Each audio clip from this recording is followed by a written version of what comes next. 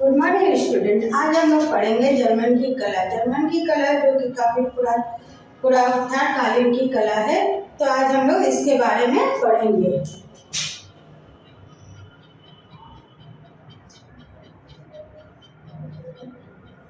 German की कला। German की कला जो है, जो इटालियन कलाकार हैं, कलाकारों की महान उपलब्धि और आविष्कार का उत्तरी अल्पवासी गहन प्रभाव के कारण इसका आविष्कार हुआ था। और ये इटली के प्रत्येक जो व्यक्ति की उन्मुख की कला रही है। और इसमें जो जहाँ कह सकते हैं कि इसमें इस कला में बौद्धिक और प्राचीन धरोहर का पुनर्निर्माण हुआ था। बौद्धिक और प्राचीन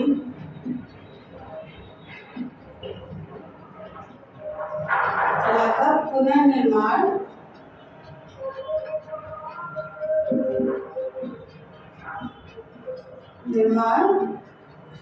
हुआ था। और इस कार्य की जो कला को वो जो लक्ष्य किए गए थे, उसको 3 काल में इसको विभाजित किया गया था। तो प्रथम जो था, फर्स्ट जो था परिप्रेक्ष्य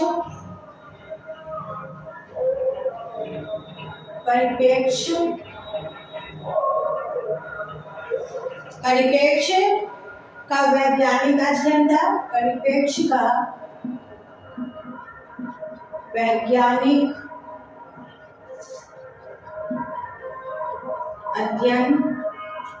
वैज्ञानिक अध्ययन था। और दूसरा था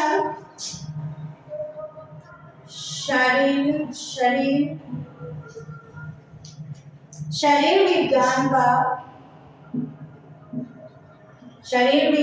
का गहन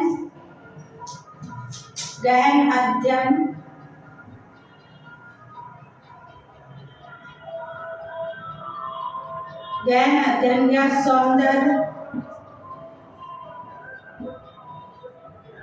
सौंदर्यवाद का अध्ययन किया गया था।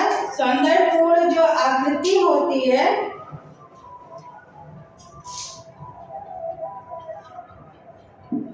सौंदर्यपूर्ण मानव आकृति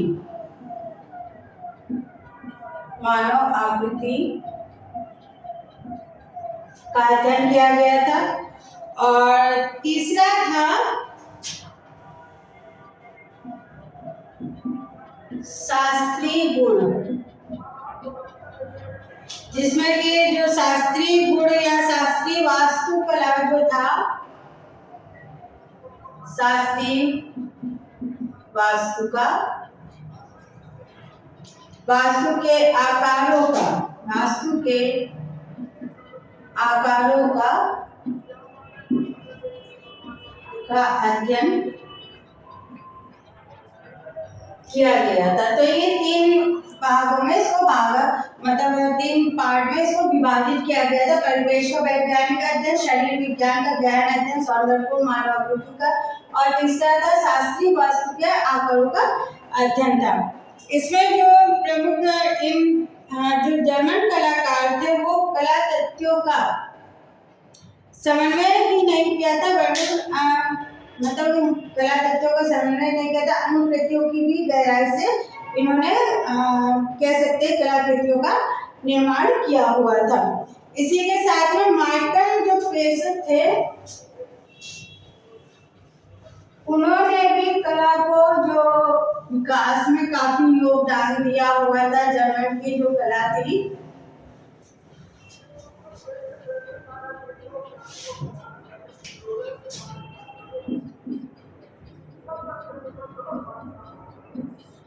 माइकल पेसर, इनका जो कार्यक्रम था वो 1435 से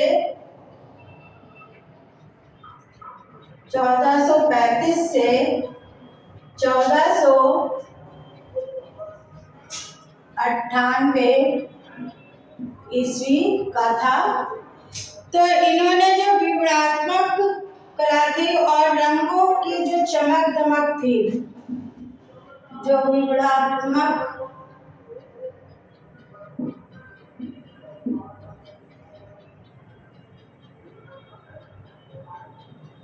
विवरणात्मकता थी व रंगों की चमक दमक था उसका परिप्रेक्ष्य, चमक दमक परिप्रेक्ष्य आदि का प्रयोग किया था आपने। और वस्तुतः इन्होंने जो भौतिक परंपराओं का जो तरीका था उसको नए रूपों में इन्होंने विकसित किया था। भौतिक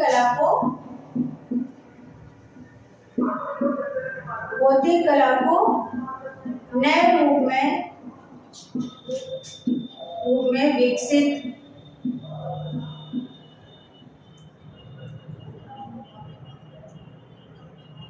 विकसित किया था।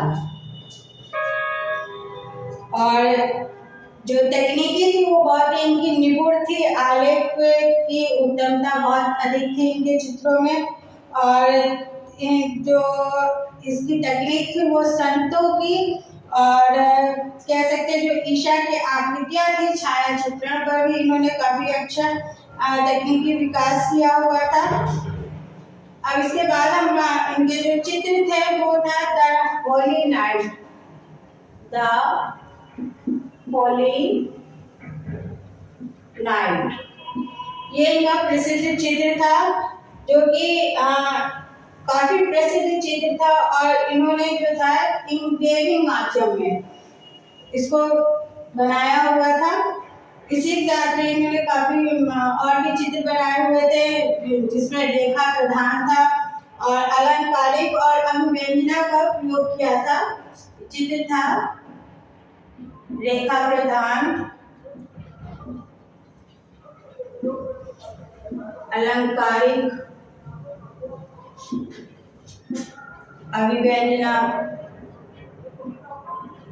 अभिव्यंजनात्मकता का प्रयोग किया था।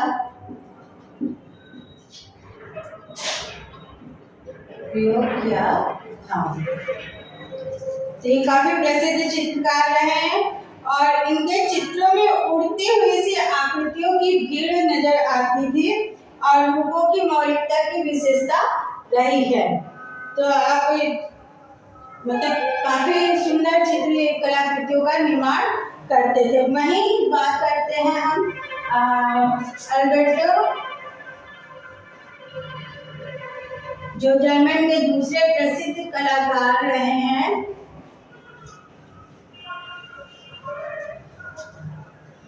अल्बर्ट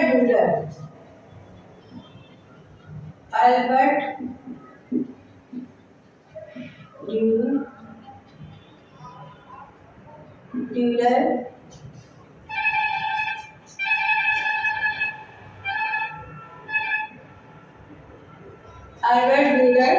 इनका जन्म 1471 में हुआ था और इनकी मृत्यु जो हुई थी 1528 में हुई थी। ये भी एक बहुत प्रसिद्ध कलाकार रहे हैं और इन्होंने इंग्रेविंग का कार्य किया हुआ था। ये एक स्वर्णकार के पुत्र रहे। स्वर्ण का मतलब जो इनके पिता थे वो सोने के आभूषण बनाते थे, उनके पुत्र थे ये। और इन्होंने जो कार्य किया था वो इंग्रेविंग में कार्य किया हुआ था। इन्होंने भी काफी विविध तरह के चित्र बनाए थे। जो टेक्निक इनकी रही है वो काफी बहुत ही सुंदर टेक्निक रही है। इनकी जो विविधता रही है, टेक्निक जो थी वो परिष्कृत काल्पनिक रही है, कल्पना पर आधारित अधिक रही है। कल्पना और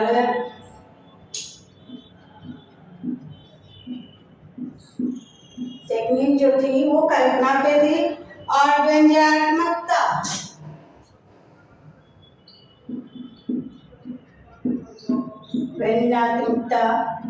रेखांकन आत्मकता इनके चित्रों में देखी जा सकती है। रेखांकन की जो उपलब्धता थी वो काफी अच्छी रही है। इनके जो आकार रहे वो व्यक्तिगत गंभीर अर्थों और प्रतीकों से जुड़े रहे हैं। जो आकार थे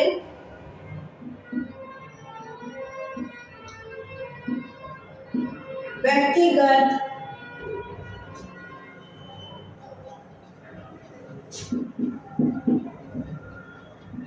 गंभीर अर्थों वाले मतलब और प्रतीक से जुड़े थे, प्रतीक से जुड़े हुए थे।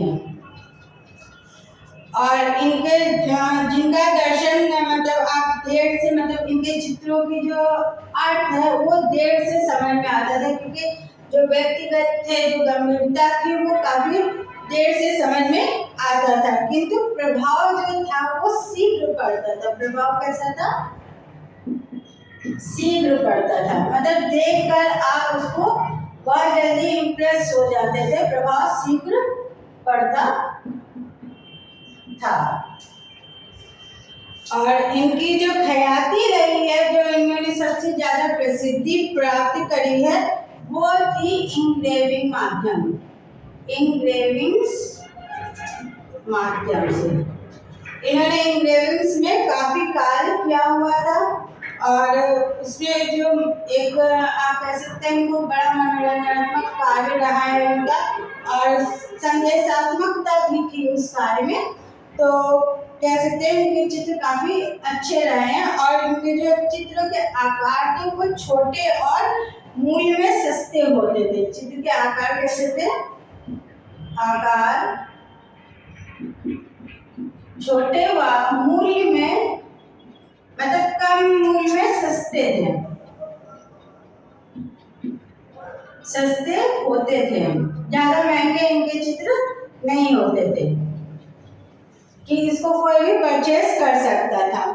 और इन्होंने जो प्रत्येक जगह समुदाय के आकर्षण करते थे, मतलब हर जगह को इन्होंने देख के उसको चित्रों का बनाया था। इनके जो पद्धति बने हुए थे संत माइकल व ड्रैगन का युद्ध, जो चित्र था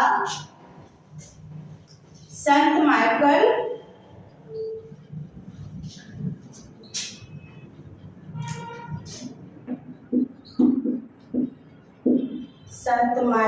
व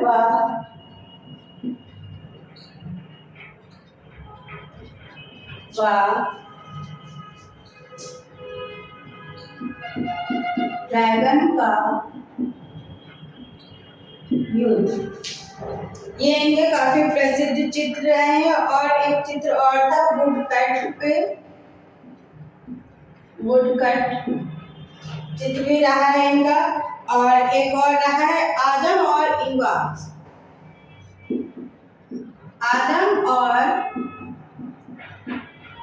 ईवा, जो कि काफी प्रसिद्ध चित्र हैं। ये सब जो चित्र थे वो इंग्रेविंग के श्रेष्ठ उदाहरण कहे जा सकते हैं, इनके श्रेष्ठ उदाहरण चित्र रहे हैं। इटली की यात्रा के समय इन्होंने इंग्रेविंग में जो कार्य किया था, जल रंग में भी इनके चित्र जो दृश्य चित्र थे, जल रंग में रंगों में दृश्य चित्र भी इन्होंने बनाए थे।